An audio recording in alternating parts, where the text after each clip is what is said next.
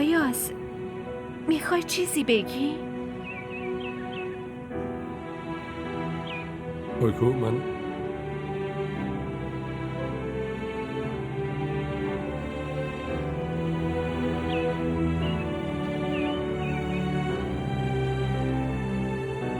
من نمیتونم.